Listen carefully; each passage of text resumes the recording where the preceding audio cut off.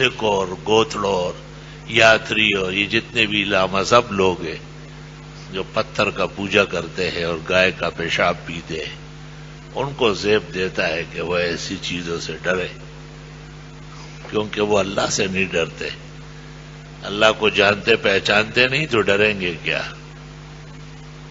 زیب النساء نے دیوان میں کہا اگر ان میں عقل ہوتی تو گائے کو خدا اور اس کے پیشاب کو اپنے لیے خوراک و شربت سمجھتے تھے۔ اللہ تعالیٰ نے اس کے گوشت کا ذکر کیا ہے، اللہ حکم ان اللہ یامرکم ان تذبحوا بقرہ، اللہ فرماتے ہیں گائے ذبح کرو۔ مجھے کسی نے کہا کہ بھینس کا گوشت تو بہت اچھا ہے لیکن گائے میں بیماری ہے۔ میں نے کہا یہ قرآن کے منکروں نے پروپیگنڈا کیا ہے، قرآن کے دشمنوں نے۔ قرآن کریم کی سب سے بڑی سورت بقرہ ہے، 2 پارے اور 6 رکوع، اور اس میں بقرہ گائے کے نام پر موصوف ہے، اور کہتے ہیں کہ مومن کے اور اسلام کے خصلتوں میں سے ہے کہ وہ کبھی کبھی گائے کا گوشت کھایا کرے، اس سے ایمان میں قوت آتی ہے۔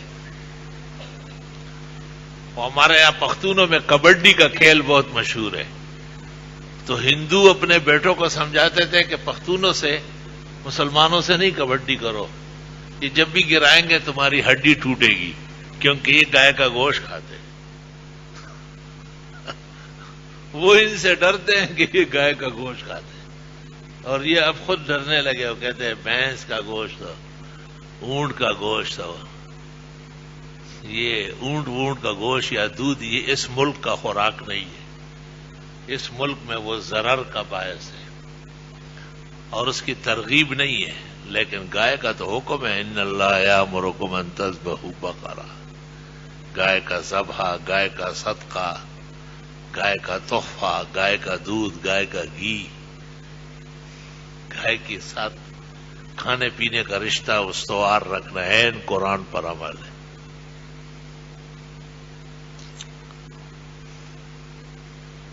امام العصر المحدث الکبیر والفقیہ علی الاطلاق آیۃ من آیات اللہ، حضرت اقدس مولانا محمد انور شاہ صاحب رحمۃ اللہ علیہ نے لکھا ہے کہ 2 واقعات ایسے ہیں جن میں آپ نے گائے کا گوشت تناول فرمایا ہے۔ عربوں میں بکروں کا رواج زیادہ تھا، مینڈوں کا۔ ایک تو بریرہ رضی اللہ تعالی عنہا کے لیے جو گوشت پک رہا تھا، اور آپ نے کہا لہا صدقہ ولنا ہدیہ، اس کو صدقہ دیا گیا، اب وہ ہمیں دے تو ہدیہ اور گفٹ ہے۔ شاہ صاحب کہتے ہیں یہ گائے کا گوشت۔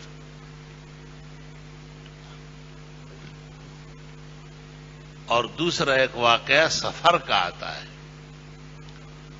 اس سفر میں آپ نے ایک گائے کٹوائی اور آپ نے فرمایا کہ میں اپنی طرف سے تو مینڈے اور بکرے کرتا ہوں، بیبیوں کے طرف سے آپ نے 5 بیبیوں کی طرف سے گائے کے 5 حصے، اور جابر بن عبداللہ کو کہا کہ تیرا بیٹا ہوا ہے اس کا عقیقہ نہیں ہوا، 2 حصے تم عقیقے کے پکڑو، 7 حصے پورے ہو جائیں۔ اور سنت طریقہ ہے کہ اپنے قربانی کے گوشت میں سے جو جلدی پکتا ہو وہ پکے یا اس کو ابالے اور اس کا شوربہ پی لے، تب بھی سنت ادا ہو جائے گی۔ تو اس واقعے میں بھی آپ نے گائے کا گوشت تناول فرمایا ہے۔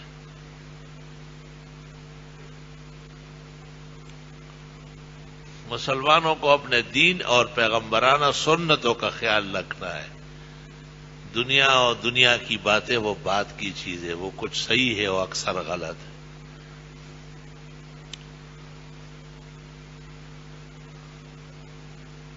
اللہ اکبر و کبیرہ۔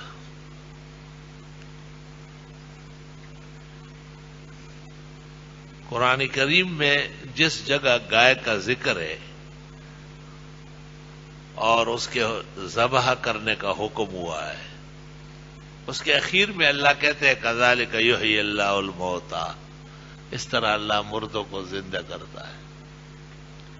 علماء نے عجیب نکتہ لکھا ہے کہ اگر مردہ کسی صدقے و خیرات سے زندہ ہو سکتا تو گائے کے صدقے سے زندہ ہو جاتا، لیکن عادت اللہ ہے کہ دنیا میں جو مرے ہیں وہ یہاں زندہ نہیں ہوں گے، اور اس سے کم درجے کی جتنی تکلیفیں ہیں اللہ وہ دور فرمائے گا۔ عقل مندوں کے لیے اس میں شعور ہے اور بڑا پند و نصیحت ہے۔ بغیر کسی وجہ کے ہفتہ 10 دن میں 15 دن مہینے میں جیسے اللہ تعالیٰ توفیق دے گائے کٹوائے، بسم اللہ اللہ اکبر، صدقے و خیرات کی نیت سے آس پاس کے دوستوں کو، محلے والوں کو۔ صدقات دو قسم کے، ایک جو پہلے سے نیت ہو اس کو صدقہ واجبہ کہتے ہیں، وہ صرف فقراء مساکین کھائیں گے، اور ایک ویسے مطلق خیر اور حسنہ کے معنی میں، وہ سب کھا سکتے ہیں، مالدار بھی ہو، غریب بھی، اپنے بھی اور پرائے بھی، اس کے لیے کوئی رکاوٹ نہیں۔ عوام جس کو خیرات کا ہے صدقہ، اس کو اپنے لیے حرام سمجھتے ہیں، یہ احتیاط تو ہے، حقیقت نہیں ہے۔ صدقے کا اطلاق کیا خیرات کا اچھے کاموں پر ہوتا ہے، اس سے مراد یہ نہیں ہے کہ صرف فقراء اور مساکین کے کھانے کی چیز، یہ عوامی پراپیگنڈا ہے، اس کی بھی اصلاح ضروری ہے۔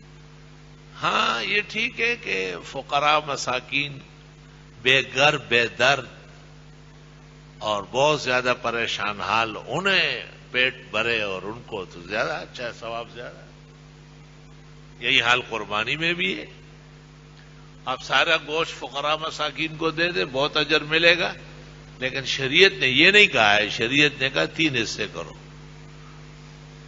ایک اپنے لیے رکھو، ایک رشتہ داروں کے لیے، ایک فقراء مساکین کی۔ شریعت کا تو ہر کام اعتدال سے ہے، تول ترازو سے ہے۔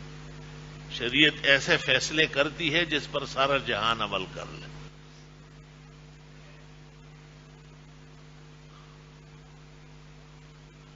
اور جب گائے کو تقسیم کر لے تو کبھی بھینس بھی اس کا قائم مقام ہے، جہاں گوشت کی ضرورت ہو وہاں بھینس زیادہ تکڑی ہے، اس کا گوشت زیادہ ہے، جیسے دینی مدرسے میں، طلباء میں، وہاں گوشت کی ضرورت ہوتی ہے، ہزاروں لوگ ہوتے ہیں، اور اگر اس کو اور انواع میں کیا جائے تو 7 بکرے یا 7 مینڈے ایک گائے کا قائم مقام ہے۔ حضرت اقدس حضرت مولانا محمد انور شاہ صاحب رحمۃ اللہ علیہ نے بخاری شریف کی شرح میں لکھا ہے کہ قیامت کے دن جب جنتی جنت چلے جائیں گے اور دوزخی جہنم چلے جائیں گے تو موت کو لایا جائے گا مینڈے کی شکل میں، بڑا تکڑا قسم کا ہوگا، بڑا سر نکلا ہوا ہوگا، بڑے بڑے سینگ ہوں گے، اس کے پیچھے بڑی چکتی ہوگی۔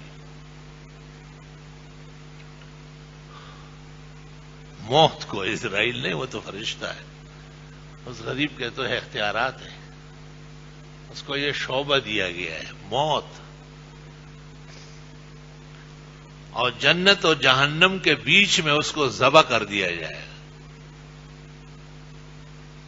اور اعلان ہو جائے گا کہ لا موت بعد اليوم بل خلود ابدا، آج کے بعد موت نہیں، موت تو آپ کے سامنے ختم ہو گئی، اے موت کاش تیری موت ہوتی، اب ہمیشہ جہنمی ہمیشہ جہنم میں رہیں گے، اعاذنا اللہ منہا وایاکم، اور جنتی ہمیشہ کے لیے جنتوں میں رہیں گے، رزقنا اللہ الخلود والجنات النعیم والفرادیس بفضلہ لنا۔ کہتے ہیں کہ بعض اوقات بالکل جب موت سامنے منڈلا رہی ہو اور ظاہری اسباب معطل ہو تو حضرت شاہ صاحب کی رائے یہ ہے کہ سینگوں والا تکڑا مینڈا، بالکل جنگجو قسم کا جو مارنے والا ہو، اس طرز کا فوراً ذبح کیا جائے، اس کی طرف سے موت ٹل جائے گی۔ دھچکا لگ جائے گا اس کو۔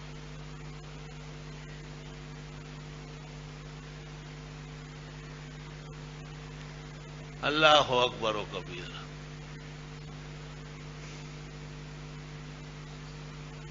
اللہ تعالیٰ کے نام کا صدقہ و خیرات تو ثواب کا باعث ہے ہی۔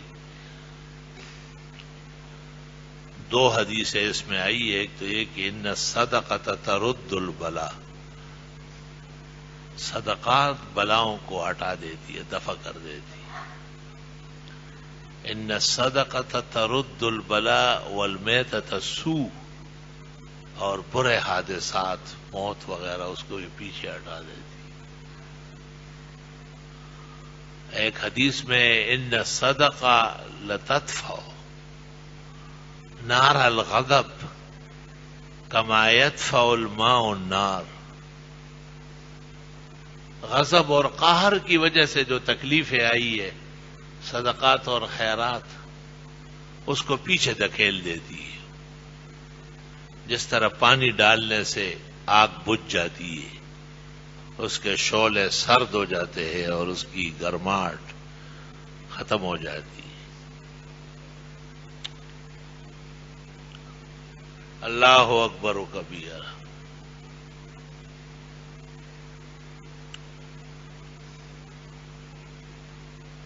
قدیم زمانے کے بزرگوں کے خوب تذکرے ہیں کہ وہ کس طرح صدقات کرتے تھے، وہ کیسے خیرات کرتے تھے۔ ایک شخص کا ذکر احادیث میں آتا ہے کہ بادلوں میں اس کا تذکرہ ہوا اور بادل کو حکم ملا کہ تم فلاں پہاڑ کے نیچے جو زمین ہے اس پر بارش برساؤ۔ جس نے سنا وہ پیچھے پیچھے چلا گیا، ساری زمینوں پر قحط ہے، بارش نہیں ہے، بہت پریشانی ہے، اور اس ایک جگہ پہاڑی پر بارش ہے اور اس سے نیچے جس شخص کی زمین ہے اس میں پانی آ رہا ہے۔ اس زمین والے سے ملاقات کی اور اس کو کہا کیا کرتے ہو؟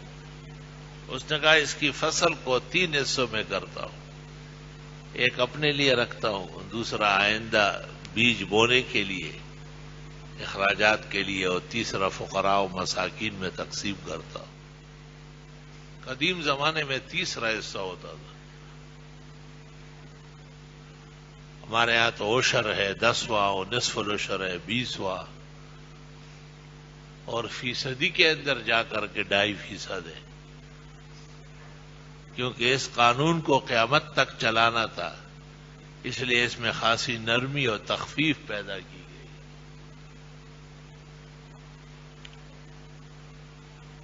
قرآن کریم میں بھی ایک شخص کا ذکر ہے، سورۃ قلم میں، نون والقلم وما یسطرون میں، انا بلوناہم کما بلونا اصحاب الجنہ اذ اقسموا لیصرمنها مصبحین ولا یستثنون فطاف علیہا طائف من ربک وهم نائمون فاصبحت کالصریم فتنادوا مصبحین ان اغدوا على حرثکم ان کنتم صارمین فانطلقوا وهم يتخافتون الا يدخلنها اليوم عليكم مسکین وغدوا على حرد قادرین۔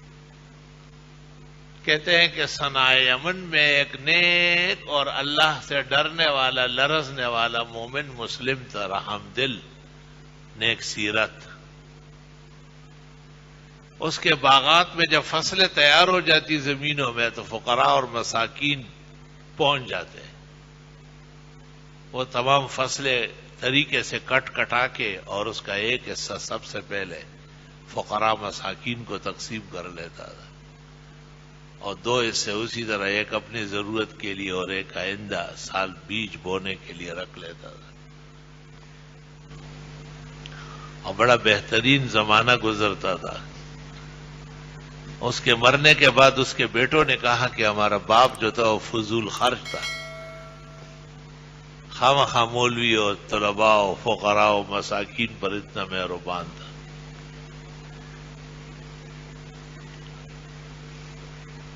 چنانچہ انہوں نے کہا کہ فقراء و مساکین تو عادی ہے، ان کو دن بھی معلوم ہے کہ بھئی یہ دن ہے وہاں زمینوں پر اناج ملنے کے، تو کچھ دن پہلے چلتے ہیں اور رات کے وقت بغیر بات کیے چپکے چپکے سے مشورے کیے۔ اللہ فرماتے ہیں انشاءاللہ تک نہیں کہا، یہ بھی نہیں کہا کہ فقراء کا جو حق ہے وہ ضرور دیں گے۔ انشاءاللہ کہنے سے یا فقراء کے حق علیحدہ کرنے سے عذاب سے بچ جاتے ہیں۔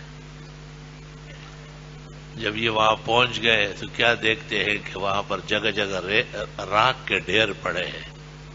پہلے تو کہا کہ ہم کہیں اور آئے، پھر آس پاس کی نشانیوں سے دیکھ کر کہا کہ نہیں ہے وہی زمین، لیکن رات کو آگ پھری ہے اور اس نے تمام فصلیں تباہ و برباد کی۔ اللہ آخر میں کہتے ہیں ذالک عذاب الادنی، یہ تو دنیا میں ہم نے ان کو عذاب دیا، ولعذاب الآخرۃ اکبر لو کانوا یعلمون، آخرت کا عذاب اس سے بھی بڑھ کر ہے، کاش کہ یہ سمجھ لیں۔ خراب نیت سے تباہی بربادی آ گئی۔ میں نے آنکھوں سے دیکھا ہے، ایک شخص تھا یہاں کراچی میں، اللہ کا نیک بندہ تھا، کئی ملوں کا مالک تھا اور اس کے بیٹے اور بھتیجوں کے بھی بڑے بڑے کارخانے تھے۔ ایک دن مجھے کہا کہ یہ سب مل کر مجھے 5 کروڑ دیتے ہیں اور میں مدرسوں میں تقسیم کرتا ہوں، لیکن اکثر مقروض رہتا ہوں، مدرسوں کی ضرورت ہے زیادہ ہے۔ ہمارے اس ادارے میں بھی ان کا 90% ان تعمیر میں ان کا ہاتھ ہے۔ ان کے انتقال کے بعد ان کے بیٹے اور وہ لوگ پھر اس طرح نہیں رہے، اور وہ بھی وہی باتیں کرتے تھے کہ جی ہمارے والد صاحب نے مدرسوں کی عادتیں بگاڑی، اور بہت ہی اپنے باپ کے بارے میں نامناسب بات کرتے تھے۔ ایک دن میں نے ان کے ایک بیٹے کو یہی کہا، میں نے کہا جب دل میں نہیں ہے تو بند کر دو، اور آپ اطمینان رکھیں یہ دینی ادارے، یہ ہماری دکانیں نہیں ہیں۔ ہم بھی کبھی کبھی عجیب موڈ میں ہوتے ہیں۔ میں نے ایسے چپل رگڑا، میں نے کہا اس کے نیچے بہت سیٹ ہوتے ہیں۔ ہم ممبر پر بیٹھتے ہیں اور توحید بیان کرتے ہیں، جب یہاں آتا ہوں تمام آمدات آ چکی ہوتی۔ ہم تو اللہ سے لیتے ہیں، ہم افراد سے مانگتے نہیں، افراد اپنے آپ کو پہلے دے، وہ خود بھوکے پیاسے ہوتے ہیں۔ میں نے کہا جب آپ کو شرح صدر ہی نہیں ہے اور اپنے والد صاحب کی اتنی برائی کرتے ہیں تو ہمیں بھی اچھے نہیں لگتے کہ آپ یہاں آتے ہیں، بند کریں۔ میں نے کہا یہ کہے گا تو اس سے پہلے میں ہی وار کروں۔ میں نے خواب دیکھا کہ مجھے کوئی کہتا ہے توحید جن کے سینے میں ہو وہ ایسے جری ہوتے، وہ مال والے سے نہیں ڈرتے۔ مال والوں کو ڈرنا چاہیے کہ ان کو نہ دے تو ہم ان کا چٹا کر کے رکھ دیں گے۔ آج اس وقت جو بیان ہو رہا ہے کچھ بھی نہیں ہے ان کے ہاں، سب مقروض ہو چکے۔ وہی جو سورت نون والقلم میں اللہ نے قصہ کیا ہے کہ ہم نے ان کے سب کچھ اڑا کے رکھ دیا، مٹی اور راکھ چھوڑا۔ وہ 37 مل بھی ہوا میں اڑ گئے، اور وہ سارا بٹوارا اتنا خطرناک ہو گیا اور ایک دوسرے کو سپریم کورٹ تک پہنچا دیا۔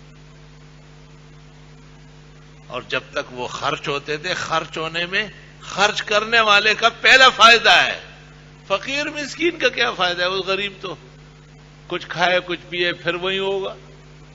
حدیث میں ہے خرچ کرنے والا، اس کے ساتھ بہت زبردست وعدے اللہ کے۔ اس لیے قرآن کریم میں ایک جگہ سورۃ حدید میں اللہ کہتا ہے خرچ کرو نا، مما رزقناکم، ہم نے تمہیں دیا ہے، یعنی مال ہمارا ہے، خرچ تم سے کراتے، خرچ کرو۔ پھر فرماتے ہیں وجعلکم مستخلفین فی، تم کو چند دن کے لیے دیا ہے، کٹھو ساری زندگی تو مالک نہیں ہوگا اس کا۔ پھر کیا کہتے ہیں؟ پھر کہتے ہیں چلو تمہارا صحیح قرض دے دو، ومن یقرض اللہ قرضا حسنا، بہترین دوں گا۔ پھر کیا کہتے ہیں؟ پھر کہ نہیں دو گے مر جاؤ گے سارا پڑا رہے گا. وَلِلَّهِ مِيرَاثُ السَّمَاوَاتِ وَالْأَرْضِ. 4 مرحلے حدیث میں اللہ تعالیٰ نے اخراجات کا بیان کیے، کیونکہ یہ دل سے اس کا بہت تعلق ہوتا ہے اور دل کو نقصان دیتا ہے. طب و حکمت اور ڈاکٹری کا اتفاق ہے کہ المال الزائد ممرض للقلب. پیسے جب بڑھ جاتے ہیں نا دل کی بیماری پیدا کر دیتی ہے. خدا ہے پاک، چاہیے کہ اس کے دل کے ساتھ ایک اور دل ہو جاتا، ایسا نہیں ہے، اس کو بھی بیچ میں کاٹ دیتا ہے. چاہیے کہ اس کے دل کو فولاد یا لوہے کا خول چڑھ جاتا ہے، نہیں، وہ دل چولہے سے گر جاتا ہے. ایک شخص دل کا بیمار تھا، میں عیادت کے لیے گیا، نیک شریف آدمی تھا، اللہ مغفرت فرمائے اور جنت نصیب کرے. میں نے سرجن سے پوچھا کیا معاملہ ہے؟ اس نے کہا دل چولہے سے گر گیا. وہ کہتے دل چولہے پہ پڑا ہوا اسے نیچے ہو گیا، علاج کوئی نہیں، بس دیکھنا ہے وقت کو. شام کو اطلاع ملی کہ مر گیا. اللہ اکبر. قرآن کریم سورۃ روم میں اللہ نے کہا ہے اے لوگوں سود نہیں کھاؤ، حرام ہے، ناجائز ہے، مجھے ناپسند ہے. تم سمجھتے ہو اس سے مال بڑھتا ہے، میں کہتا ہوں اس سے مال گھٹتا ہے، تمہیں لے ڈوبے گا. سود خور اور سود چور ان کا انجام صفر ہوگا دنیا و آخرت میں.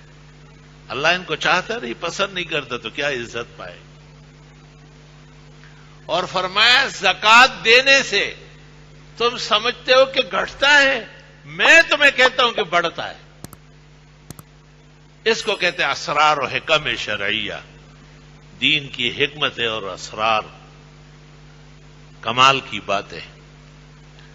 چنانچہ وقت پر زکات نکالنے والے فقراء و مساکین کو آباد و شاد رکھنے والے دیکھے گئے ہیں کہ نسل در نسل اللہ انہیں عزت و احترام سے رکھ رہا ہے. وہ ایک شخص نے مجھے ٹیلی فون کیا کہ پہلے ہمارا کاروبار بہت اچھا تھا اور ہم کئی اداروں کو، دینی مدرسوں کو رمضان شریف میں اور آس پاس تعاون کرتے تھے زکوٰۃ سے. اب ہمارے کاروبار میں بہت فرق آیا حالات کی وجہ سے. ہماری وہ حالت نہیں ہے جو پہلے تھی. تو میں نے کہا کہ جب آپ کے پاس پیسے نہیں ہیں، موجود نہیں. انہوں نے کہا نہیں یہ نہیں پوچھ رہا ہوں، اللہ تعالیٰ وہ دن نہ لائے کہ ہم ان کو کہے کہ ہم نہیں دے سکتے. ہم قرض لے کے دینا چاہتے ہیں، ثواب ملے گا یا نہیں؟ آپ یقین فرمائے ممبر پر بیٹھا ہوں، میں نے دعا کی، میں نے کہا اللہ مجھے بھی ایسا مضبوط ایمان دے. خدا ایمان ہو تو ایسا ہو. کہتا ہے یہ تو مجھے نہ سکھائے، رہنے دے کہ اب نہیں ہے. وہ ان کو کیسا نہ کہوں گا؟ چھوٹے چھوٹے بچے سال بھر پڑھ رہے ہیں، کلاسیں لگ رہی ہے، پورے ادارے کے اندر آن بان ہے دین کا، اور میں قرض لے کے دوں گا. میں نے کہا آپ کے قرضے کے ادا کرنے کے لیے اللہ آگے بڑھے گا. اور سورۃ حدید کا یہ واقعہ سنایا کہ اللہ تعالیٰ جب قرض مانگتا ہے نا تو جو اس کے دین کے لیے قرض دے گا اور لے کر کے ان کو خوار اور پریشان نہیں دیکھنے دے گا، اللہ اس قرض کی ادائیگی میں اپنی قدرت دکھائے گا. چنانچہ چند سال بعد دوبارہ فون آیا، میں نے خیریت پوچھی، انہوں نے کہا الحمدللہ اب پہلے سے 10 گنا اور 20 گنا زیادہ ہماری مالیت بڑھ گئی. میں نے کہا نسل در نسل قیامت تک اچھے رہو گے، مگر یہ ذہن ساتھ رہے جو اللہ نے آپ کو دیا ہے. الحمدللہ.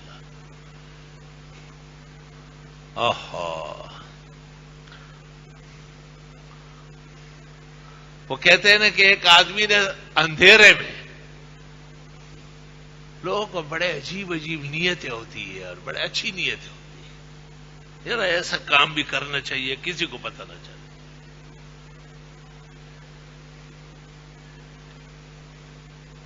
تو اندھیرے میں صدقہ و خیرات نکالا اور جو سامنے آیا اس کو دے دیا. مطلب اس کا یہ تھا کہ بالکل پتہ ہی نہیں چلے کسی کو. بعد میں پتہ چلا کہ ایک جو تھا وہ چور تھا، بخاری شریف میں ہے، اور دوسرا کوئی اور بد چلن تھا، تیسرا کوئی مالدار اور بخیل تھا. وہ چپ چاپ بیٹھ گیا اور کہا یا رب الصدقہ علی السارق وعلی الغنی البخیل. میں نے اتنے شوق سے صدقہ نکالا اور یہ کن کو مل گیا؟